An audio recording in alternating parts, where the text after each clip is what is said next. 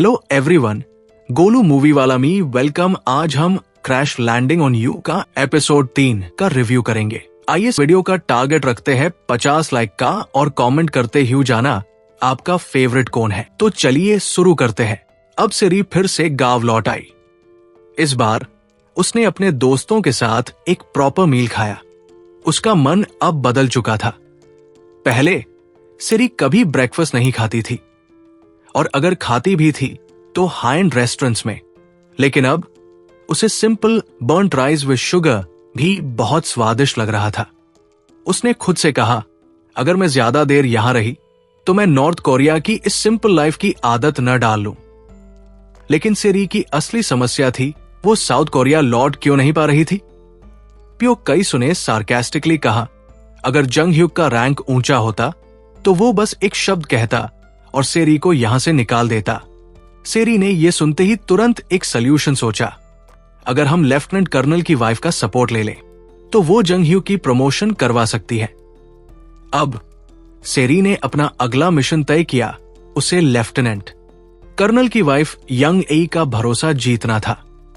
इसलिए सेरी ने यंग ए की बर्थडे पार्टी अटेंड करने का फैसला किया।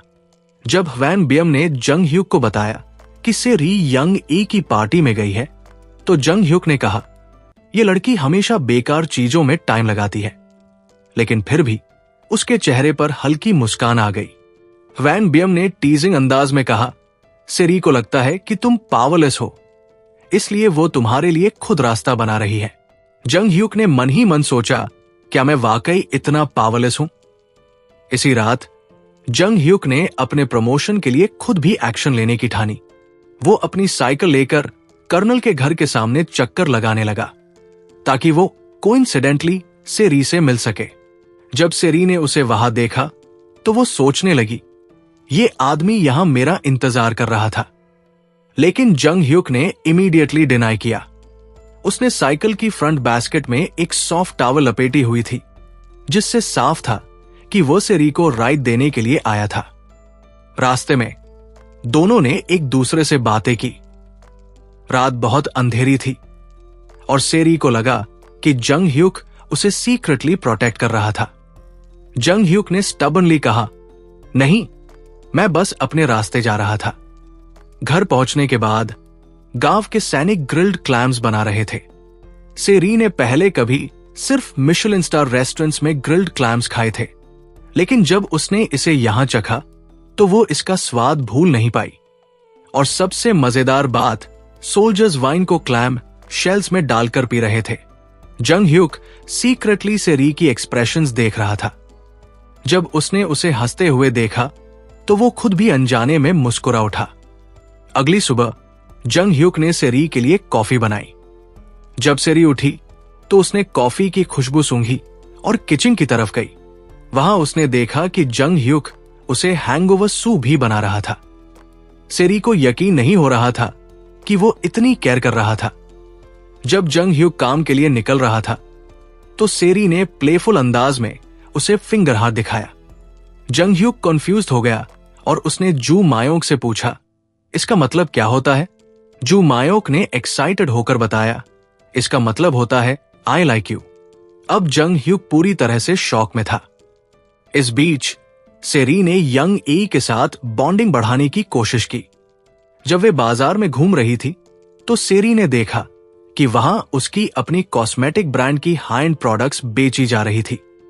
ये देखकर वो बहुत एक्साइटेड हो गई और उसने यंग ए को अपनी ब्रांड के प्रोडक्ट्स के फायदे बताने शुरू कर दिए। यंग ए अब सेरी को पहले से ज्यादा पसंद करने लगी थी। लेकिन शाम होते होते सेरी रास्ता भूल गई और पूरी मार्केट में अकेली रह गई।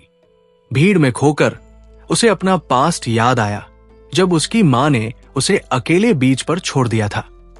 दूर जंग ह्यूक एक कैंडल लेकर उसकी तलाश कर रहा था। जब सेरी पूरी तरह से निराश हो चुकी थी, तभी उसने दूर एक जलती हुई कैंडल देखी। वो धीरे धीरे उस रोशनी की तरफ बढ़ी और वहां जंग ह्यूक खड़ा था। जब उसने सेरी को देखा तो उसने टीजिंग अंदाज में कहा, देखो, ये वही सेंटेड कैंडल है जो तुमने मांगी थी। सेरी की आंखों में आंसू आ गए। इसी रात जंग ह्यूक ने एक शॉकिंग कन्फेशन किया, मेरी पहले से फियांसी है। सेरी ने मुस्कुराकर कहा, मुझे कोई फर्क नहीं पड़ता। जंग ह्यूक का कन्फेशन कि उसकी पहले से एक फियांसी है सेरी के लिए एक झटका था, लेकिन सरप्राइजिंगली सेरी ने काम होकर जवाब दिया, मुझे कोई फर्क नहीं पड़ता। उसने कैजुअली कहा, साउथ कोरिया में बहुत सारे लड़के मेरे पीछे भागते हैं, इसलिए मुझे यहां किसी की जरूरत नहीं है। जंग ह्यूक ने यह सुनकर जेलसी फील की, लेकिन कुछ नहीं कहा। रात के समय दोनों साथ में वापस घर की तरफ चल दिए। रास्ते में सेरी ने कहा, तुमने ये क्यों कहा कि मैं तुम्हारी पत्नी हूं? जंग ह्यूक ने कोल्ड अंदाज में जवाब दिया, ताकि मैं तुम्हें बचा सकूं। सेरी सोचने लगी कि अगर जंग ह्यूक की फियांसी को यह बात पता चलेगी तो क्या होगा, लेकिन जंग ह्यूक ने कैजुअली कहा, वो रशिया में पढ़ाई कर रही है और अभी यहां नहीं आने वाली। लेकिन ठीक अगले दिन उसकी फियांसी एसियो डैन प्योंगयांग में आ चुकी थी। वो जंग ह्यूक से मिलने के लिए उसके घर पहुंची। सेरी ने उन्हें साथ में देखा और मन ही मन सोचा, अब प्रॉब्लम शुरू होगी। एसियो डैन ने बहुत फॉर्मल अंदाज में जंग ह्यूक से कहा, अब हमें अपने पेरेंट्स को मिलाना चाहिए ताकि हमारी शादी की प्लानिंग शुरू हो सके। जंग ह्यूक ने कोई विरोध नहीं किया और क्वाइटली सिर हिला दिया। सेरी वही खड़ी थी और उसने इमीडिएट सिचुएशन को समझते हुए खुद को पीछे कर लिया। रात में जब जंग ह्यूक एसियो डैन को छोड़ने के लिए जा रहा था तो सेरी सीक्रेटली दोनों को देख रही थी। जब जंग ह्यूक वापस घर आया तो सेरी ने सार्कास्टिकली कहा, वाओ, तुमने मुझे बहुत अच्छे से एक्सप्लेन किया कि तुम एक अच्छे फियांसे हो। जंग ह्यूक स्पीचलेस था। सेरी ने फन टोन में कहा, तुम्हारी फियांसी बहुत क्लासी है, लेकिन मेरे बारे में बताओ, तुम्हें क्या लगता है? जंग ह्यूक ने कोई जवाब नहीं दिया और बस उसे घर के अंदर जाने को कहा। दूसरी तरफ गांव की सारी औरतें इस बात से नाराज थी कि जंग ह्यूक ने सेरी को धोखा दिया। यंग ए और बाकी औरतों ने फैसला किया कि वे अब से जंग ह्यूक से बात नहीं करेंगी। सेरी को यह देखकर मजा आया और उसने सोचा, अब जंग ह्यूक को रियलाइज होगा कि मुझे इग्नोर करने के क्या कॉन्सिक्वेंसेस होते हैं। इस बीच जंग ह्यूक को अपने पिता से मिलने के लिए बुलाया गया। उसके पिता, जो नॉर्थ कोरियन आर्मी में हाई रैंकिंग ऑफिसर थे, उन्होंने उसे डांटा कि उसने सेरी को यहां से क्यों नहीं निकाला। जंग ह्यूक ने उनसे रिक्वेस्ट की कि वह सेरी को लीगली साउथ कोरिया भेजने का कोई रास्ता निकाले। उसके पिता ने सोचा और कहा, अगर हम उसे एक नेशनल स्पोर्ट्स टीम का रिजर्व मेंबर बना दें तो वो ट्रैवल कर सकती है।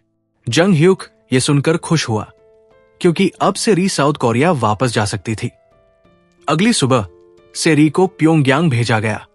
जंग ह्यूक ने उसे एक नया आउटफिट और लोकल हेयर स्टाइल चूज करने में मदद की ताकि वो सस्पिशन से बच सके। जब वे ट्रेन में सफर कर रहे थे तो ट्रेन बीच रास्ते में पावर कट की वजह से रुक गई। अब उन्हें कई घंटे वेट करना पड़ा। रात में जब ठंड बहुत ज्यादा हो गई तो जंग ह्यूक ने सेरी के लिए एक गर्म ब्लैंकेट खरीदी। सेरी थोड़ी इमोशनल हो गई और सॉफ्टली बोली, तुम बहुत अच्छे इंसान हो। जंग ह्यूक ने जवाब दिया, मैंने कभी अपने फ्यूचर के बारे में नहीं सोचा, क्योंकि अगर कुछ प्लान के हिसाब से नहीं हुआ तो ये और भी पेनफुल होगा। सेरी ने उसे कंफर्ट करने के लिए उसका हाथ थपथपाया और कहा, कभी कभी गलत ट्रेन हमें सही जगह ले जाती है। यह सुनकर जंग ह्यूक थोड़ा इमोशनल हो गया।